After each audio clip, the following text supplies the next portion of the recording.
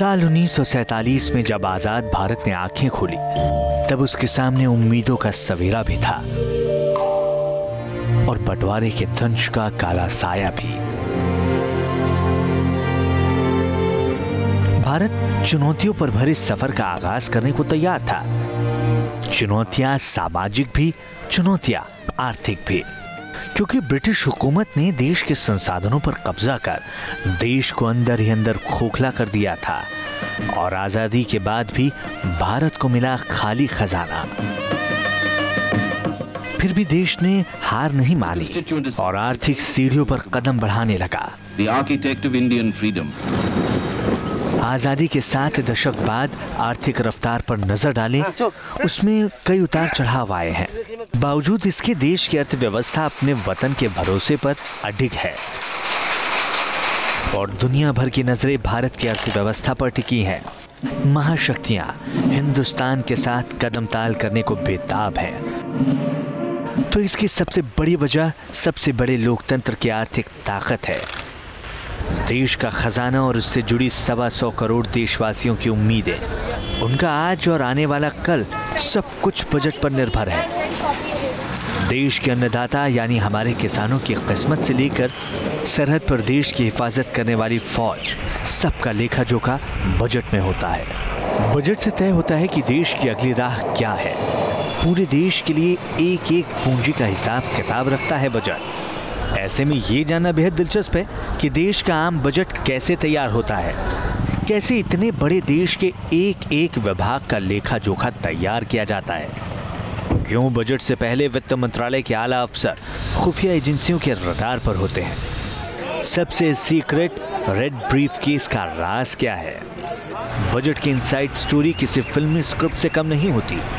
यूं तो साल में एक बार देश का आम बजट आता है, लेकिन इसकी तैयारी कई महीने पहले से ही शुरू हो जाती है, क्योंकि बजट से जुड़ी है समूचे हिंदुस्तान की तकदीर और उभरती अर्थव्यवस्था की तस्वीर भी। इसके जरिए सरकार की नीति और नियत दोनों को परखा जाता है। सरकार की योजनाओं और विदेशी कारोबार का असर भी सरकारी खजाने पर पड़ता है।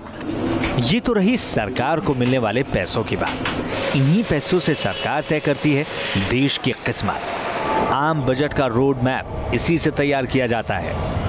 इस पर सरकार खर्चे का हिसाब किताब निकालती है। इसके अलावा सरकार कुछ चुनिंदा केंद्रीय योजनाओं के लिए भी बजट आवंटन करती है। यूं तो अगस्त और सितंबर में बजट सर्कुलर जारी किया जाता है।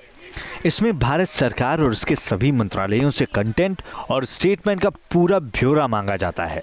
इसके जरिए बजट का रोड मैप तैयार करना होता है। इसके बाद ये एजेंडा तय होता है कि किन मंत्रालय को कितना और कब कब बजट देना है। हर मंत्रालय अधिक से अधिक फंडिंग चाहता है। इस लिहाज से सितंबर और नवंबर में वित्त मंत्रालय के बजट डिवीजन में ज्यादा माथापच्ची करनी पड़ती है। दरअसल सरकार के एक साल की अनुमानित आमदनी और खर्च का लेखा जोखा होता है बजट। मंत्रालय और तमाम संगठन इस बजट के इंतजार में रहते हैं। इसमें वो भी चीज़ें शामिल की जाती हैं जो आपकी रोज़मर्रा की ज़िंदगी से जुड़ी होती हैं। इसके दाम भी बजट में तय किए जाते हैं। इसलिए बजट को काफ़ी गोपनीय रखा जाता है ताकि इसका खुलासा ना हो सके और जमाखोरों को इसके बारे में जानकारी ना मिल सके। फर्स्ट कट ऑफ बजट यानी बजट की पहली ड्राफ्ट कॉपी वित्त मंत्री के सामने रखी जाती है।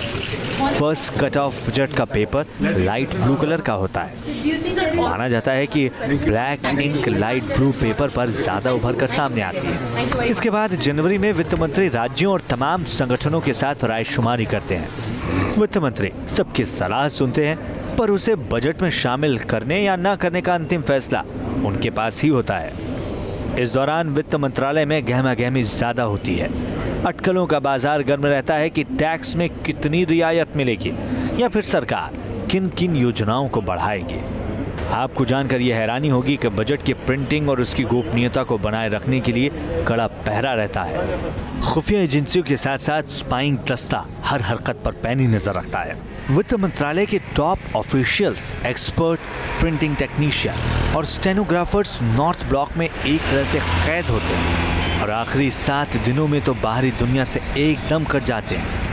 वो परिवार से भी बात नहीं कर सकते हैं। किसी इमरजेंसी में इन अफसरों के परिवार उन्हें दिए गए नंबर पर मैसेज छोड़ सकते हैं, लेकिन उनसे सीधे बात नहीं कर सकते। इंटेलिजेंस ब्यूरो के अधिकारी बजट बनाने वाली टीम की गतिविधियों और फोन कॉल्स पर नजर रखते हैं। स्टेनोग्राफर्स पर सबसे ज्यादा नजर रखी जाती है। साइबर चोरी की आशंका से बचने के लिए इन स्टेनो के कंप्यूटर नेशनल इंफॉर्मेटिक्स सेंटर यानी NIC सर्वर से अलग रहते हैं।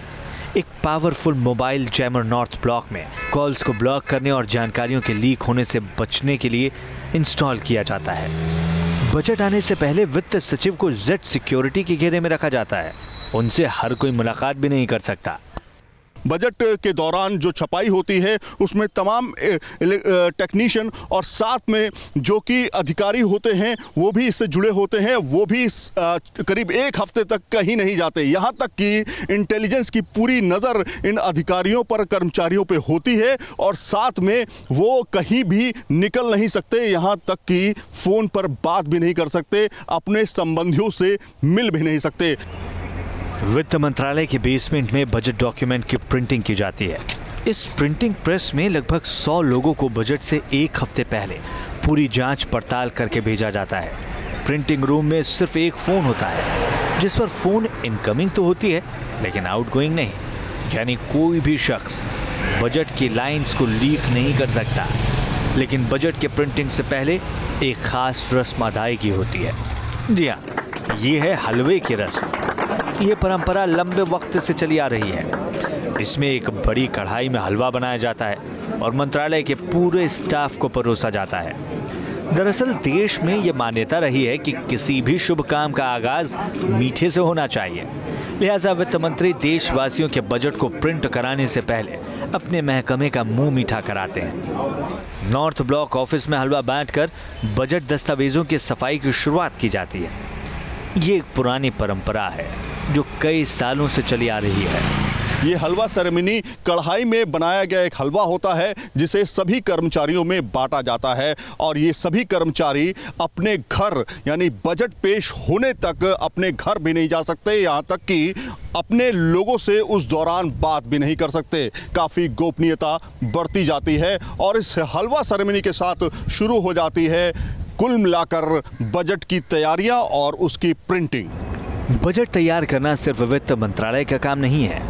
इसके लिए कम से कम 5 और मंत्रालयों के अधिकारी और अलग अलग सेक्टर के एक्सपर्ट वित्त मंत्रालय के अधिकारियों की मदद करते हैं। मसलन कानून के जानकार पूरे बजट को पढ़ते हैं और बताते हैं कि कहीं एक भी शब्द संविधान के बाहर तो नहीं है। यह काम कानून मंत्रालय के जिम्मे होता है। इसलिए वित्त मंत्री जब बजट भाषण पढ़ने संसद में जाते हैं तो अपना मरून रंग का ब्रीफ केस फोटोग्राफर्स को दिखाते हैं। उस ब्रीफ केस की अहमियत यही है कि उसके अंदर देश का सबसे गोपनीय दस्तावेज बंद होता है। वित्त मंत्री का भाषण सबसे सीक्रेट दस्तावेज है।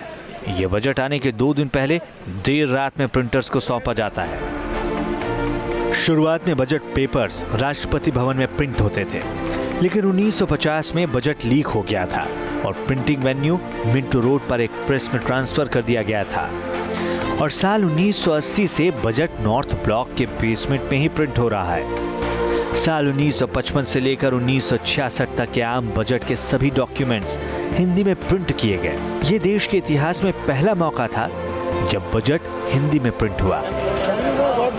संसद के दोनों सदनों में बजट रखने से पहले इसे यूनियन कैबिनेट के सामने रखना होता है। वित्त मंत्री लोकसभा में बजट सुबह 11 बजे पेश करते हैं। बजट 2 भागों में बटा होता है। पहले भाग में सामान्य आर्थिक सर्वे और नीतियों का ब्यौरा होता है और दूसरे भाग में आने वाले साल में टैक्स के प्रस्ताव रखे जाते हैं। बजट पेश किए जाने के बाद बजट प्रपोजल्स पर संसद में बहस होती है। ऐसी परंपरा रही है कि लोकसभा में ये बहस 2 से 4 दिन तक चलती है। इस दौरान सरकार संसद में वित्त वर्ष के शुरुआती महीनों के लिए खर्च पर वोट ऑन अकाउंट कराती है। इसके साथ ही संबंधित स्थायी समितियां संसद से अनुदान की मांग पेश करती है। सदन में बहस के अंतिम दिन स्पीकर की ओर से सभी बकाया अनुदान मांगों को वोट पर रखा जाता है। लोकसभा में बहस के बाद विनियोग विधेयक पर वोटिंग के साथ वित्त और धन विधेयक पर वोटिंग होती है। संसद की मंजूरी के बाद विधेयक को 75 दिन के अंदर मंजूरी के लिए राष्ट्रपति के पास भेजा जाता है। राष्ट्रपति के विधेयक को मंजूरी के साथ ही बजट प्रक्रिया पूरी हो जाती है। आजाद भारत के लिए पहला आम बजट तत्कालीन वित्त मंत्री R.K. षणमुखम चेट्टी ने 26 नवंबर 1947 को पेश किया था। इसके बाद से अब तक कुल 85 बार देश के लिए आम बजट पेश किया जा चुका है, जिसमें अंतरिम और पूर्ण दोनों बजट शामिल हैं। सबसे ज्यादा बजट पेश करने का रिकॉर्ड पूर्व प्रधानमंत्री मोरारजी देसाई के नाम है, जिन्होंने बतौर वित्त मंत्री 10 बार बजट पेश किए। इसमें 4 मौके ऐसे थे जब वो देश के डेप्यूटी प्रधानमंत्री थे। मोरारजी देसाई के बाद अगर किसी का नाम आता है तो वो है कांग्रेस के वरिष्ठ नेता और मनमोहन सरकार में वित्त मंत्री रहे पी चिदम्बरम का। चिदम्बरम 1 जून 1996 से 26 मई 2014 तक 4 बार वित्त मंत्री बने। इस दौरान उन्होंने 9 बार देश के लिए बजट पेश किया। बजट की गोपनीयता के समर्थक कहते हैं कि बजट के बारे में पहले जान जाने से जमाखोरों और कर चोरों को मदद मिलती है। कई देशों में सालाना बजट को बड़े खुलासे करने वाले अहम मौके के तौर पर नहीं देखा जाता।